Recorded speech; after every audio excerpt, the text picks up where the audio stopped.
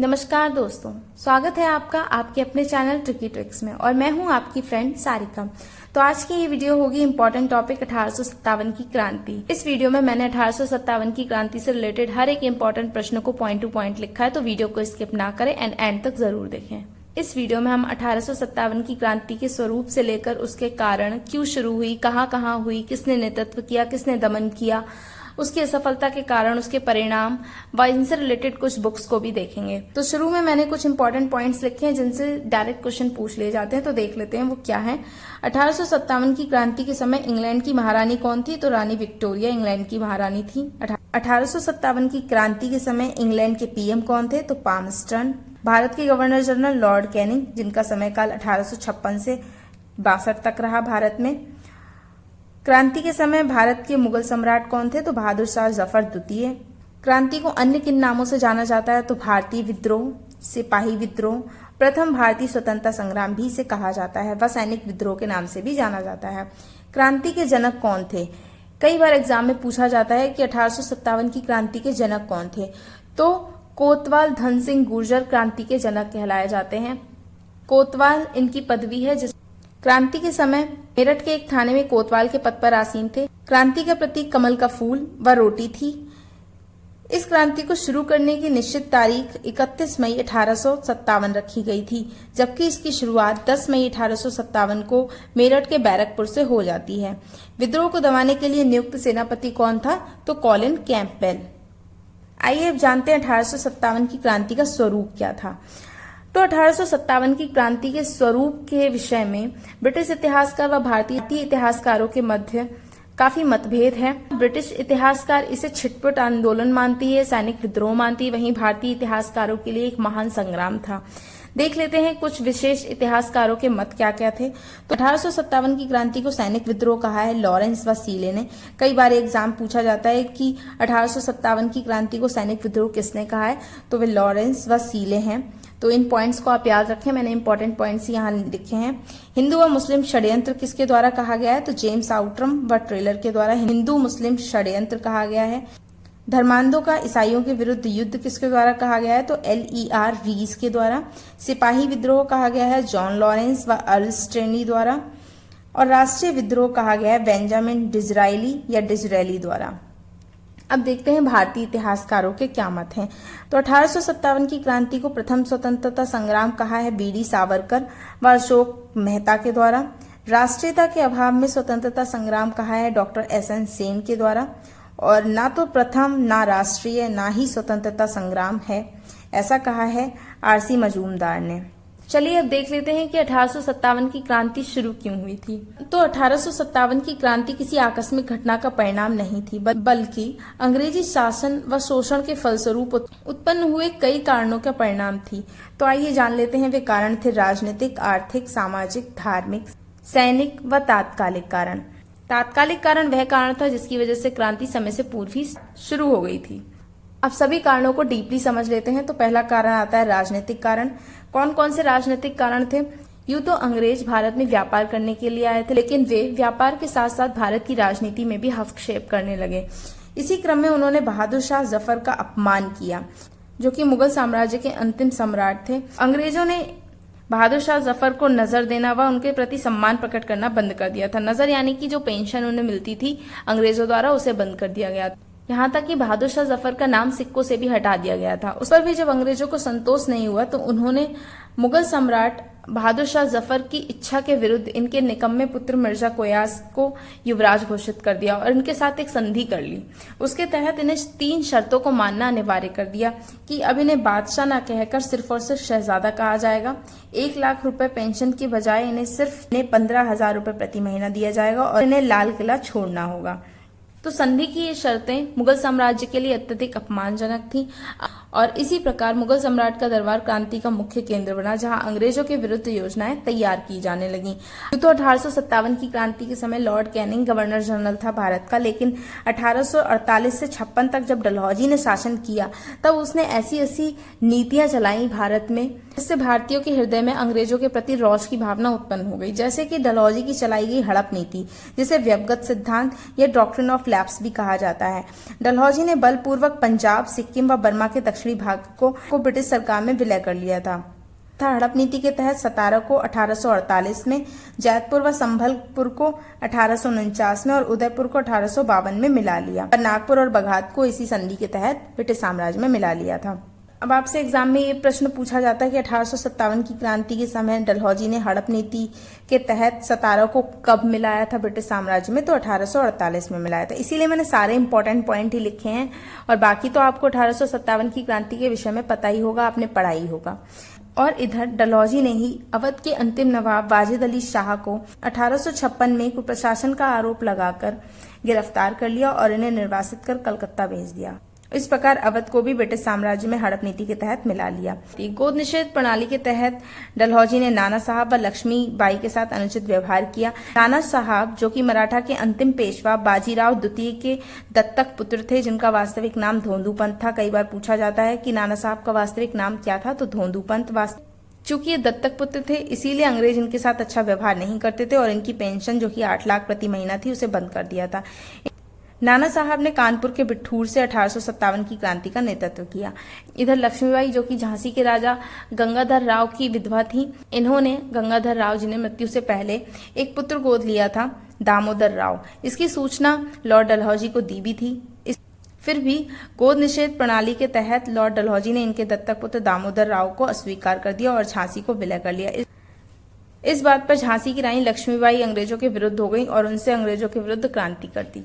तो ये कुछ 1857 की क्रांति के महत्वपूर्ण राजनीतिक कारण बने। चलिए अब देखते हैं 1857 की क्रांति के आर्थिक कारण क्या थे। तो उस समय की अंग्रेजों के द्वारा चलाई गई भू राजस्व व्यवस्था, जिसके तहत अंग्रेजों ने करों में वृद्धि कर दी थी और बहुत सारी जमीनों को हड़प लिया था। अंग्रेजों ने अपने लाभ के लिए भारतीय उद्योग व धंधों का विनाश कर दिया था, जिसके कारण भारतीयों की आर्थिक स्थिति में बहुत ज्यादा गिरावट आ गई थी। भारतीय धन का इंग्लैंड में गमन, यह भी एक महत्वपूर्ण कारण था। ये तो अंग्रेजी की प्रवृत्ति हमेशा पलायनवादी ही रही है।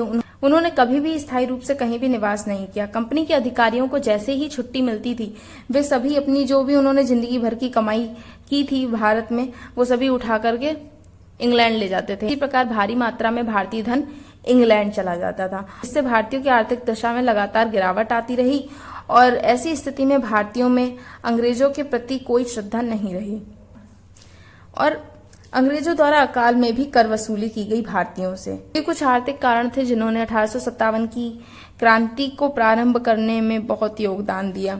अंग्रेजों की नीति व कार्य प्रणाली का भारतीय समाज पर बहुत बुरा प्रभाव पड़ा। अनेक अंग्रेज गवर्नर जनरलों ने, जैसे कि लॉर्ड विलियम बेंटिक और डलहौजी आदि ने, भारतीय समाज में प्रचलित अनेक प्रथाओं पर प्रतिबंध लगा दिया। जैसे सती प्रथा को विलियम बेंटिक ने 1829 में प्रतिबंधित कर दिया था। आपसे पूछा कि सती प्रथा पर कब रोक लगाई गई, और 1829 में किसने लगाई? लॉर्ड विलियम बेंटिक ने। ठीक है। कन्या भ्रूण हत्या पर रोक लगा दी, बाल विवाह खत्म कर दिया, नरबली की समाप्ति कर दी। तो इससे जो रूढ़िवादी भारतीय थे, उनकी भावनाएं काफी आहत हो गई और वे अंग्रेजों के खिलाफ हो गए। इधर विधवा विवाह को पुनर्विवाह अधिनियम 1856 के तहत मान्यता प्रदान कर दी थी लॉर्ड डलहौजी के द्वारा, जो कि 1848 से 56 तक आया था। ये मैं आपको बार बार बता रही हूँ क्योंकि एग्जाम में पूछा जाता है डलहौजी का कार्यकाल कब था या डलहौजी भारत कब आया था। तो 1848 से 56 तक इसने शासन किया था और 56 में ही इसने पुनर्विवाह अधिनियम 1856 मसौदा तैयार किया था। इसके पश्चात जब लॉर्ड कैनिंग भारत आता है 1856 से 62 तक, तब ये इस अधिनियम को पुनर्विवाह अधिनियम 1856 को लागू कर देता है।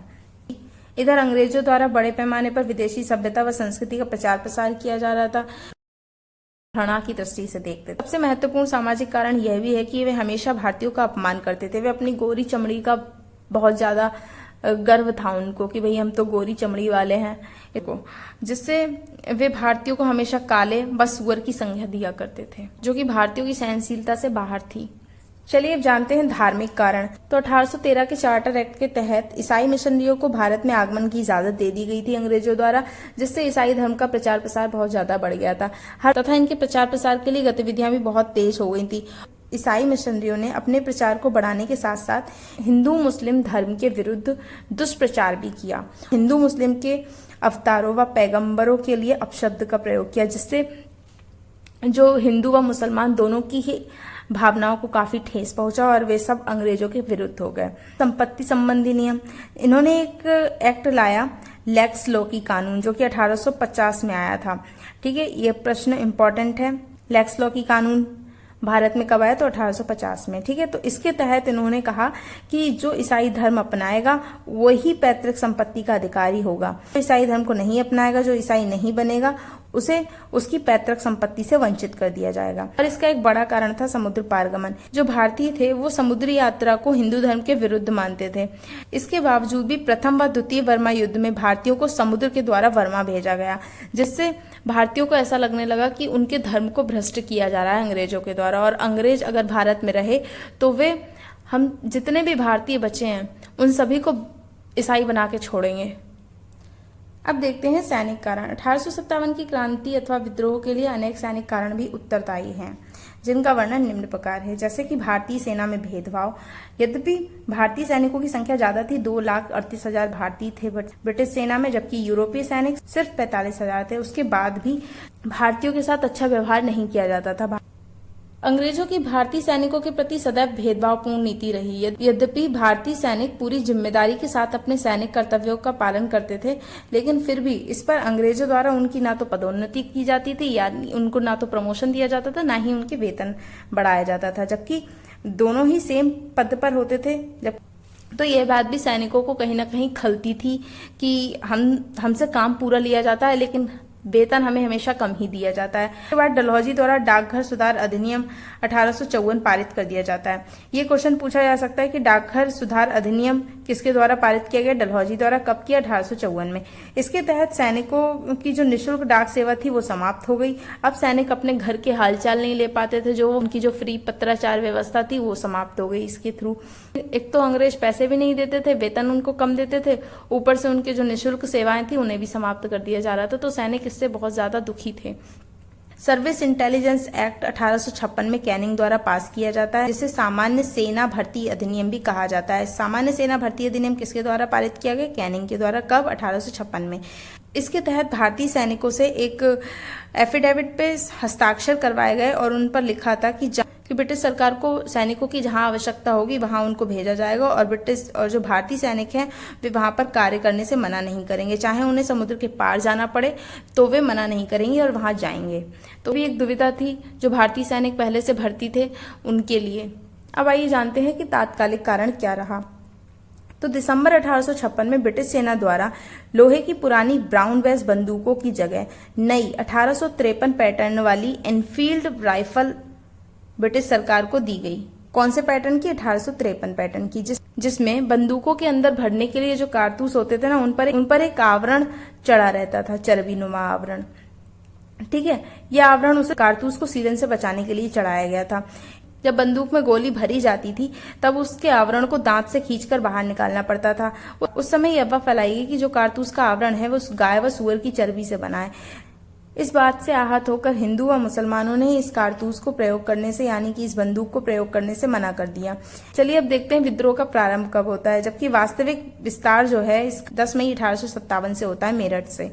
ये जो अफवाह थी गाय व सुअर की चर्बी युक्त कारतूस वाली, ये जनवरी 1857 में दमदम, बहरामपुर, बैरकपुर छावनी सब पश्चिम बंगाल में थे। ठीक है, तो जनवरी 1857 में दमदम में ये अफवाह फैली सबसे पहले, और वहां के सैनिकों ने मना कर दिया इसको प्रयोग करने से। फरवरी 1857 में बहरामपुर पहुंचती है। उसके बाद 29 मार्च 1857 में बैरकपुर छावनी में यह अफवाह फैलाई जाती है कि गाय व सुअर के चर्बीयुक्त कारतूस इस बंदूक में प्रयोग किए जा रहे हैं, जिसके विरोध में मंगल पांडे, जो कि दुगवा, रहीमपुर, फैजाबाद के रहने वाले थे, इंपॉर्टेंट है, इन्हें कई बार एग्जाम में पूछा गया कि दुगवा नरेश किसे कहा जाता है, तो मंगल पांडे को कहा जाता है। ठीक है, बैरकपुर छावनी के 34वीं रेजिमेंट के सिपाही मंगल पांडे इसके विरोध में आगे आते हैं और एजुटेंट लेफ्टिनेंट बाग की हत्या कर देते हैं गोली मारकर। इन्हें रोकने के लिए एक ब्रिटिश अधिकारी सर्जेंट ह्यूडसन मंगल पांडे को पकड़ने के प्रयास करता है। उसी समय मंगल पांडे इन्हें भी गोली मारकर घायल कर देते हैं। तभी 6 अप्रैल 1857 को इनका कोर्ट मार्शल किया जाता है और 8 अप्रैल 1857 को मंगल पांडे को फांसी दे दी जाती है। के बाद 24 अप्रैल 1857 को मेरठ छावनी के कुछ सैनिक कारतूस लेने से इनकार कर देते हैं, जिन पर मुकदमा चलाया जाता है और 9 मई को उन्हें नौकरी से बर्खास्त करके 10 साल की सजा सुना दी जाती है। इधर 10 मई 1857 को मेरठ में सैनिकों ने खुला विद्रोह कर दिया और अपने कैदी सैनिकों को रिहा करवा लेते हैं व कुछ अस्त्र शस्त्र की लूटपाट भी करते हैं। अगले ही दिन 11 मई को ये विद्रोही सैनिक दिल्ली पहुंचते हैं और 12 मई 1857 को विद्रोही सैनिकों द्वारा दिल्ली पर अधिकार कर लिया जाता है व बहादुर शाह जफर को भारत का सम्राट घोषित कर दिया जाता है। चूंकि ये बूढ़े होते हैं, बुजुर्ग हो चुके होते हैं, इसीलिए वास्तविक सत्ता का जो मुख्य नेता है वो वक्त खां को बना दिया जाता है। 20 सितंबर को हेडसन के नेतृत्व में अंग्रेजी सेना दिल्ली पहुंच जाती है और विद्रोही सैनिकों को परास्त करके दिल्ली पर पुनः अधिकार कर लेती है। पर इसी बीच बहादुर शाह जफर जो है वो हुमायूं के मकबरे में जाकर छुप जाता है और मृत्युदंड न देने की शर्त से आत्मसमर्पण कर देता है। बहादुर शाह जफर को रंगून भेज दिया जाता है, जहां पर उसकी 1862 में मृत्यु हो जाती है, रंगून में ही। दिल्ली के बाद अब लखनऊ में 30 मई 1857 को विद्रोहियों ने विद्रोह कर दिया और 4 जून को बेगम हजरत महल द्वारा इसका नेतृत्व किया जाता है। ये अपने अल्पवयस्क पुत्र बिरजिस कादिर को नवाब घोषित कर देती हैं। किसको? बिरजिस कादिर को। ठीक है। उसके बाद क्या होता है कि भारतीय सैनिकों द्वारा रेजिडेंसी को घेर लिया जाता है और इस घेरे में हेनरी लॉरेंस की मृत्यु हो जाती है। उसके बाद 21 मार्च को मुख्य सेनापति कैंपबेल लखनऊ पर अधिकार कर लेते हैं। बेगम हजरत महल आत्मसमर्पण नहीं करती और वे नेपाल चली जाती हैं। इधर कानपुर में 5 जून 1857 को नाना साहब द्वारा, उनका वास्तविक नाम धोंदू पंत है, उनके द्वारा कानपुर में इस विद्रोह का नेतृत्व किया जाता है। 17 जुलाई को मेजर हैवलॉक द्वारा नाना साहब को परास्त कर दिया जाता है। वहीं 27 नवंबर को तात्या टोपे, जिनका वास्तविक नाम रामचंद्र पांडुरंग है, वो कानपुर पर अधिकार कर लेते पुनः और 6 दिसंबर को कॉलिन कैंपबेल द्वारा अधिकार कर लिया जाता है कानपुर पर दोबारा से।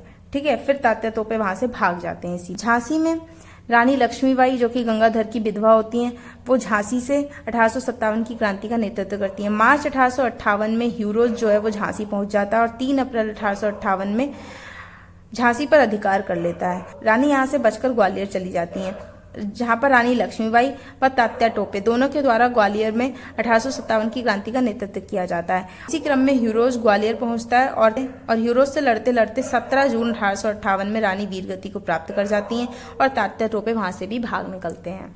ग्वालियर के पतन के पश्चात भी तात्या टोपे का छापामार युद्ध जारी रहता है और अप्रैल 1859 में सिंधिया के सामंत मानसिंह ने विश्वासघात कर उन्हें अंग्रेजों के समक्ष सौंप दिया, जिसके बाद 18 अप्रैल 1859 को शिवपुरी में तात्या टोपे को फांसी दे दी जाती है। ये क्वेश्चन एक बार एग्जाम में पूछा गया है, वीडियो के एग्जाम में, कि तात्या टोपे को फांसी कहाँ दी गई थी, तो शिवपुरी में दी गई थी। ठीक है। बिहार के 1857 की क्रांति के प्रमुख केंद्र पटना, गया और आरा थे। पटना से इस क्रांति का नेतृत्व वीर अली द्वारा किया जाता है, जबकि आरा के जगदीशपुर से इस क्रांति का नेतृत्व बाबू कुंवर सिंह करते हैं, जो कि 80 वर्ष के थे। इन्हें बिहार का सिंह कहा जाता है और तेगवा बहादुर भी इन्हें ही कहा जाता है।